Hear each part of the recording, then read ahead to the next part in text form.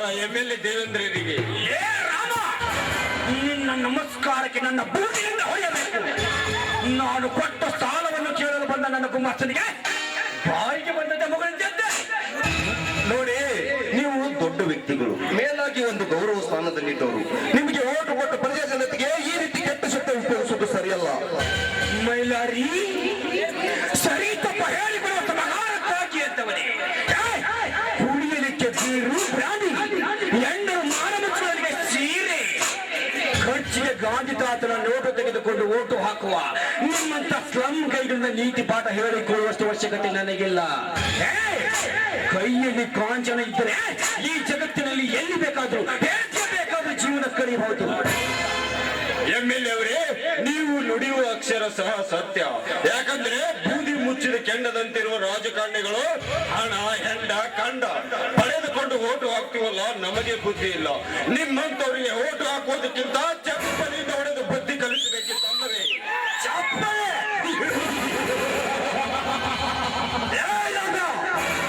ರಾಜಕಾರಣಿಗಳಿಗೆ ಚಪ್ಪಲಿನ ಹೊಡೆದಂತೆ ನೀರು ಕುಡಿದಷ್ಟು ಸುಲಭ ಎಂದು ತಿಳಿದುಕೊಂಡಿದ್ದೆ ಆ ಮಗನೇ. ನಮ್ಮಂತವರು ಇಲೆಕ್ಷನ್ ವೇಳೆಯಲ್ಲಿ ಓಟ್ ಹಾಕುವಾಗ ಸಕ್ಕಿನಿಂದ ಮಾತನಾಡಿದರೆ ಬಾಯಿ ಮೇಲೆ ಒಂದು ಓಟ್ ಹಾಕಿದ್ರು ನಮಗೆ ಚೆನ್ನಾಗಿ ಗೊತ್ತು. MLA ಕುಡಿದು ಬಿಟ್ಟು ಎಂಜಲ್ಲ ಮೂತ್ರ ಕುಡಿಯೋ ಮಂಗವೇ, ರವಿ ಕಾಣಕ್ಕೂ ಕವಿ ಕಾಣುವನು. ಈ ಹುಚ್ಚರ ಸಮಾಜದಲ್ಲಿ ನಿಮ್ಮಂತ ಪಾಪತನ ಪಾಮರವನ್ನೇ ಹೆಣ್ಣು ಎಂಬ ಕಟ್ಗ ಬೆಳೆದು ಧರ್ಮ ಎಂಬ ಮಸಿ ಹಾಕಿಸಿ ಸತ್ಯವೆಂಬ ಬಿಳಿ ಹಾಳೆಯ ಮೇಲೆ ರೈತರಿಗೆ, ಬಡವರಿಗೆ ಅನ್ಯಾಯ ಮಾಡುವ ರಾಜಕಾರಣಿಗಳನ್ನು ಇಂಚೆಂಚಾಗಿ ಏಯಾಗಿ ಬರೆದಿರುವ ಹೀರೋ ನಮ್ಮ ಅಣ್ಣ. ಬಡ ಹುಡುಗಿಯರಿಗೆ ಹಣದ ಆಸೆ ಹಚ್ಚಿ ಅವರ ಹೆಣ್ಣತನಕ್ಕೆ ಮಣ್ಣು ಹಾಕುವ ದುಷ್ಟ ರಾಯಣರ ಬಗ್ಗೆ.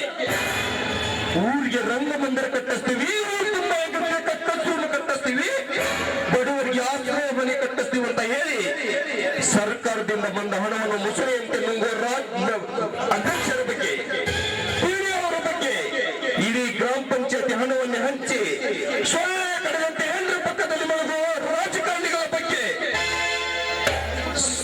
ಪತ್ರಿಕೆ ಮುಖಪಟದಲ್ಲಿ ಬರೆದು ಪ್ರಜಾತಂತ್ರ ಹೋಗಲು ಕೊಡುವ ನಮ್ಮ ಮಣ್ಣನ ಬಗ್ಗೆ ನಾಲ್ಗೆ ಊಟ ಬಿಟ್ಟರೆ ನಾ ಮೆಟ್ಟಿಕೊಳ್ಳುವ ಚಪ್ಪಲೆ ತಾಕಿತ್ತರು ಹೊಡೆಯುತ್ತಾನೆ ಈ ಕಲಿಯುಗದ ಮೈಲಾರಿ. ಸರ್ಕಾರದಿಂದ ಲಂಚ ತಿನ್ನುವ ಸರ್ಕಾರಿ ಅಧಿಕಾರಿಗಳಿಗೆ ಸರ್ಕಾರದಿಂದ ಬರುವ ಗ್ರಾಂಟನ್ನು ಪ್ರಜಾಜನತೆ ಮುಟ್ಟಿಸಲು ತಮ್ಮ ಹೊಟ್ಟೆ ತುಂಬಿಸಿಕೊಳ್ಳುವವರಿಗೆ ಆ ದೇವರು ಮೈ ಮೇಲೆ ಚರ್ಮ ಕೊಟ್ಟಿದ್ದಾನೆ. ಲೇ ರಾಮ, ನಿನ್ನ ತಮ್ಮ ಈ MLAಗೆ ಸಿಹದತೆ ಗುರುಗು ಹಾಕ್ತಾ ಇದ್ದಾನೆ. ನೀನು ಚಕ್ಕ ಕುರಿ ಮರಿ, ಸ್ವಲ್ಪ ಬುದ್ಧಿ ಹೇಳು. ಇಲ್ಲವಾದರೆ ನಿಮ್ಮಿಬ್ಬರನ್ನು ನಿಂತ ಜಾಗದಲ್ಲಿ ಹೂತಾಕಿ ಬಿಡುತ್ತೇನೆ ಮಕ್ಕಳ. ನಿಮ್ಮ ಕೈಯಿಂದ ಹೂತಾಕಿಸಿಕೊಳ್ಳುವ ನಾನು ಯಾರಿ ಜಾತಿಯ ಕನಸಿಲ್ಲ. ಹೆಣ್ಣು ಕುರಿಗಳ ಹಾಲನ್ನು ನಾನು ಎದುರು ಕಾಲು ಬೆಟ್ಟಿ ಶ್ರೀಯುತ ತಗೊಳ್ಳಿ ಕನಸದವನು. ಉತ್ತರ ಕರ್ನಾಟಕದಲ್ಲಿ ಹುಟ್ಟಿ ನಿಮ್ಮಂತ ಕತ್ತಡ ಕೆಲಸ ಮಾಡೋ ನಿಮ್ಮಂತ ತಾಯಿಯನ್ನು ಹುಟ್ಟವನ್ನು ಕತ್ತರಿಸಿಕೊಂಡು ನಮ್ಮೂರು ಅಚ್ಚಿ ಬಾಗಿಲಿಗೆ ತೋರಣ ಕರ್ತಾನೆ ಈ ಸರ್ದಾರ್ ಮೈಲಾರಿ.